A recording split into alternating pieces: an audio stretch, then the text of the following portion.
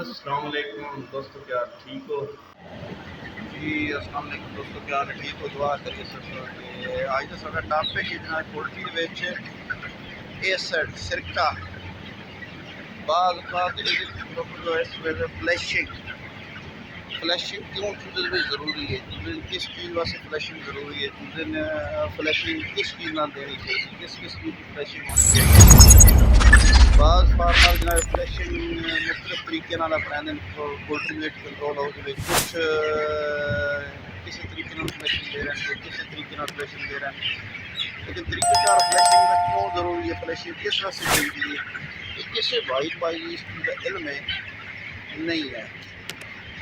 Flashing poultry ज़रूरी है। Flashing बाद डॉक्टर हज़रात कहते हैं जी फ्लैशिंग बहुत ज़रूरी है, पोल्ट्री फ्लैशिंग मुर्गी फ्लैश करो जी। फ्लैश करने का मकसद क्या है जी, किस चीज़ नाल फ्लैश करिए। कुछ आते हैं जी फ्लैशिंग क्या सब तो बेहतर फ्लैशिंग केड़ी है जी, किस ना एक बंदे आते हैं जी फ्लैशिंग किस चीज़ की लगी, किस चीज़ की फ्लैशिंग ज़रूरी है, फ्लैशिंग नहीं ज़रूरी कोई कुछ। लेकिन मेरे लिहाज में फ्लैशिंग सब बाढ़ दे सकते हो।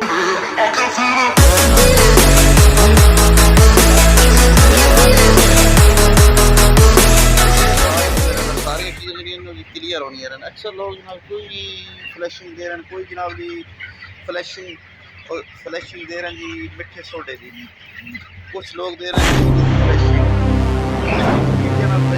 फ्लैशर दे रहे हैं, मिठा सोडा दे रहे हैं, शादर दे रहे हैं, यो भी फ्लैशिंग है, चीनी फ्लैशिंग है। कुछ चीनी आते जी 10 ग्राम की 10 ग्राम की चीनी होवे, 10 ग्राम पर लीटर चीनी और फ्लैशिंग इस उत्ते होती है। कुछ आते हैं जी 5 ग्राम की चीनी और फ्लैशिंग होती है।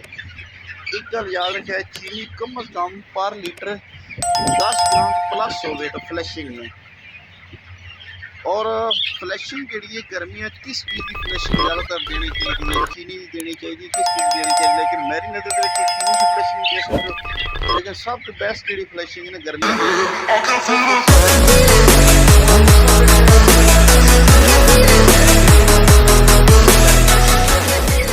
फ्लैशर है।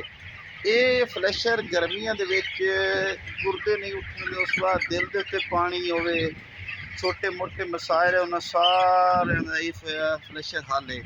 और उस अलावा चूल्हा थोड़ा हीट हो रहा हो तो फ्लैशिंग दे सकते हो, हल्की फुल्की, ज़्यादा नहीं।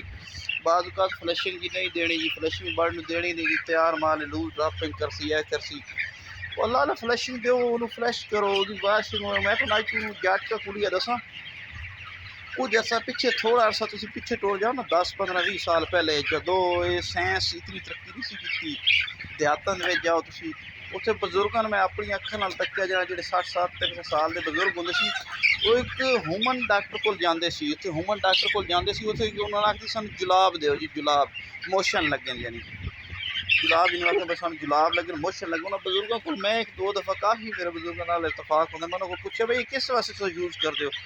और जिसम के अंदर इतने जहरीले मादे बन जोड़े गुरदे के होंगे, हर चीज़ साल के एक दफ़ा की रखो बंदा फ्लैश होंदा रहा, बंदे जरासीम हर चीज़ जिसम की खारिज हो पैंदी है।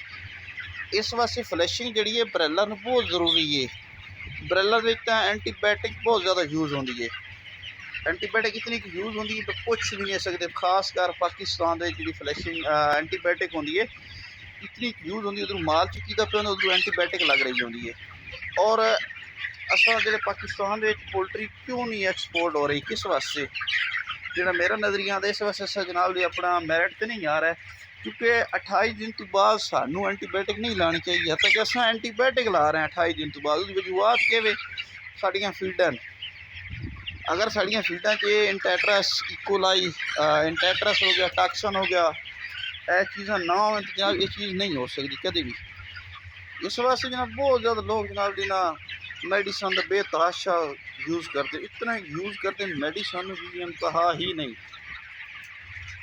फ्लैशिंग लाजमी लाओ, लेकिन बेस्ट है फ्लैशर लाओ तुम गर्मियों में फुरसा लाओ जिसे थोड़े दिल का पानी बनता है, जिगर का पानी होंगे कि पिछे वाला पानी जी फ्लैश करता है। और उस बाद अगर तो फ्लैश लाया थोड़ी अगर पहले लूज ड्रापिंग है तो फिर तुम फ्लैशर ना लाओ, तुम स्ट्राल का ला लो ताकि थोड़े गुरदे वाश हो बने।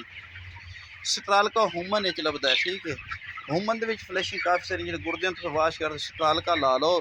कई लोग ठिकरी निशादर ला देंगे, कई जनाब मिठा सोडा ला देंगे, कई कलमी शोरा भी लेंगे ने भाई जी।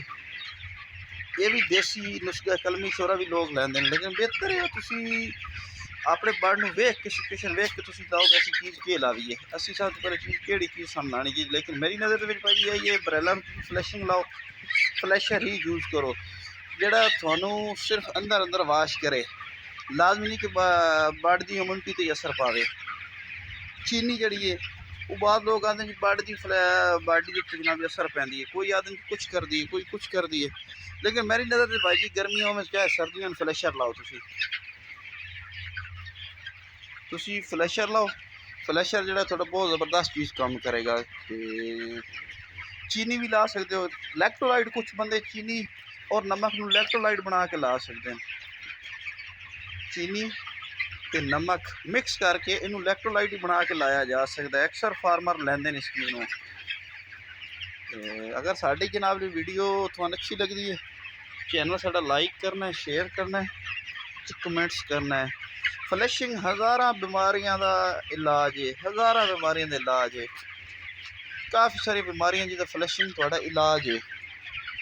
ਇਸ ਵਾਸਤੇ ਫਲੈਸ਼ਿੰਗ ਲਾਜ਼ਮੀ ਲਾਓ ਬਰਡ ਨੂੰ, ਲਾਜ਼ਮੀ ਗਰਮੀਆਂ ਦੇ ਫਲੈਸ਼ਰ ਲਾਓ। ਥੋੜਾ ਜਿਗਰ ਤੇ ਕੰਮ ਫਲੈਸ਼ਿੰਗ ਕਰ ਰਹੇ, ਜਿਗਰ ਥੋੜਾ ਸੁਰਖ ਹੋ ਰਿਹਾ ਫਲੈਸ਼ਿੰਗ ਲਾਓ, ਚੋਕ ਹੋ ਰਿਹਾ, ਗੁਰਦੇ ਚੋਕ ਹੋ ਰਹੇ ਹਨ, ਇਹਨਾਂ ਸਾਰੀਆਂ ਚੀਜ਼ਾਂ ਦੇ ਕੰਮ ਕਰ। ਜਿਗਰ ਦੇ ਉੱਤੇ ਪਾਣੀ ਹੈ, ਬਾਅਦ ਬਾਅਦ ਹੈਡਰ ਦਾ ਪਾਣੀ ਹੁੰਦਾ ਹੈ, ਕੁਛ ਐਵੇਂ ਹਲਕਾ ਜਿਹਾ ਪਾਣੀ ਜਿਗਰ ਤੇ ਬਣਦਾ ਉਹਨੂੰ ਸਾਫ਼ ਕਰਦਾ ਹੈ, ਸਾਰੀਆਂ ਚੀਜ਼ਾਂ ਤੇ ਕੰਮ ਕਰਦਾ ਹੈ। ਤੇ ਸਾਡੀ ਵੀਡੀਓ ਅੱਛੀ ਲੱਗੇ ਤਾਂ ਲਾਈਕ ਕਰੋ, ਸ਼ੇਅਰ ਕਰੋ, ਕਮੈਂਟਸ ਕਰੋ। ਇੰਸ਼ਾਅੱਲਾ ਮਿਲਦੇ ਹਾਂ ਇੱਕ ਹੋਰ ਵੀਡੀਓ ਦੇ ਨਾਲ।